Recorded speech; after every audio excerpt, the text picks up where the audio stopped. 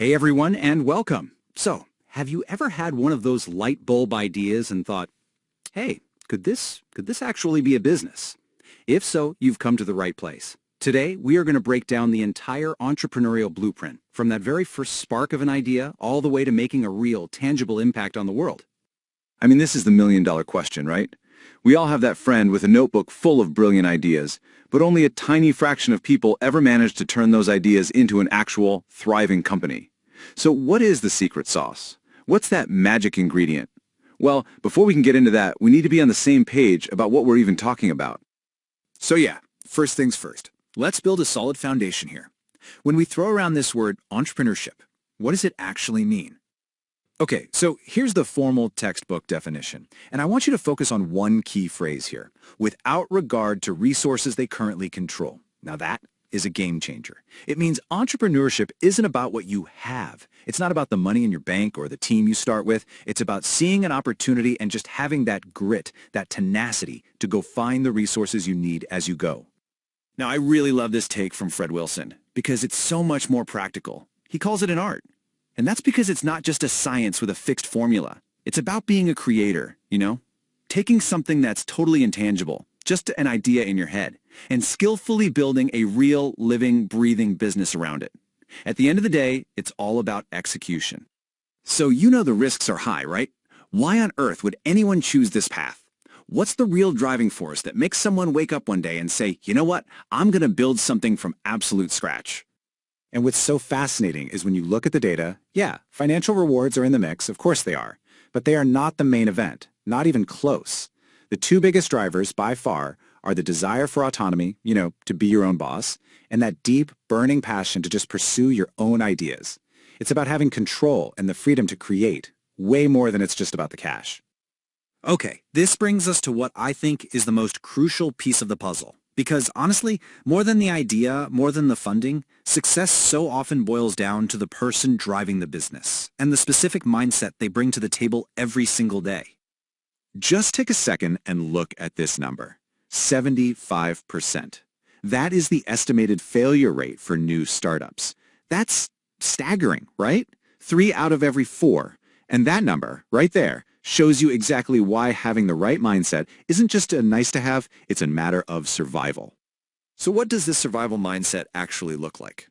Well, it all starts with a genuine, undeniable passion for the business. You have to believe in what you're doing.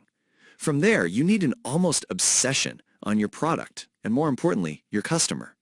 But the real linchpin here, the thing that ties it all together, is what we call execution intelligence.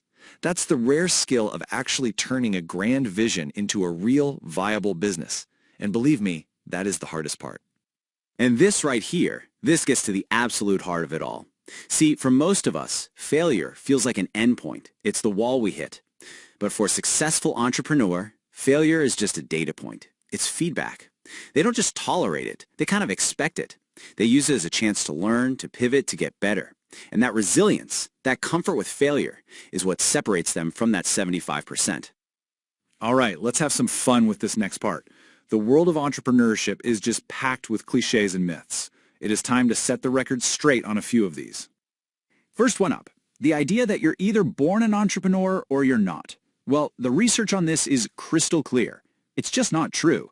There is no entrepreneur gene. It's a path you choose to walk, it's a set of skills you can actually learn, and it's all shaped by your experiences and your environment. People love this image of the entrepreneur as a high-stakes gambler, betting the whole farm on a long shot. The reality, it's pretty much the opposite. The best entrepreneurs are masters of calculated risk. They don't run from risk, they identify it, they manage it, and they make darn sure the potential reward is worth taking that leap. We touched on this earlier, but it's a myth so big it's worth busting again. Look, if money is your only reason for starting a business, that 75% failure rate is probably going to crush you. The motivation has to come from somewhere deeper, a passion for the idea itself, a real desire to solve a problem for people. The money, when it comes, is a byproduct of doing that really, really well. And what about the stereotype of the 20-something founder in a hoodie working out of a garage? Yeah, it's mostly just that, a stereotype. The data actually shows that the most active and successful age range for starting a business is between 35 and 46. And when you think about it, it makes total sense. Investors and partners value experience, maturity, and a proven track record. In this world, age is often an asset, not a liability. So, we've covered the what, the why, and the who. But now I want to zoom out for a second and look at the absolutely massive impact that entrepreneurs have on all of us, on society as a whole. And that impact is truly huge. When you look at the economy, entrepreneurial firms are the primary engines for two of the most important forces we have, innovation and job creation. They're the ones bringing disruptive new products to market that change how we live. And small businesses are year after year the #1 creator of new jobs. Ultimately, this is why it matters to everyone, not just the people starting the companies. By challenging old ways of doing things, by creating new value and new opportunities, entrepreneurs are the ones pushing our entire society forward. They make our economy more dynamic, more competitive. It's not just about building a company. It's about shaping the future. So, let's put all the pieces together. This is the blueprint. The whole journey can really be broken down into these 4 key stages. It all starts with a personal decision, then it moves into that creative phase of hammering out a great idea. After that comes the hard work of actually building a real company, and finally, the marathon of managing and growing that firm for the long haul. So there you have it. We've seen the blueprint, a path that's defined not by the resources you start with, but by your resilience, your passion, and your willingness to take smart, calculated risks. It's a path that is open to anyone who is willing to step up and take it. So the only question left to ask is, what will you build?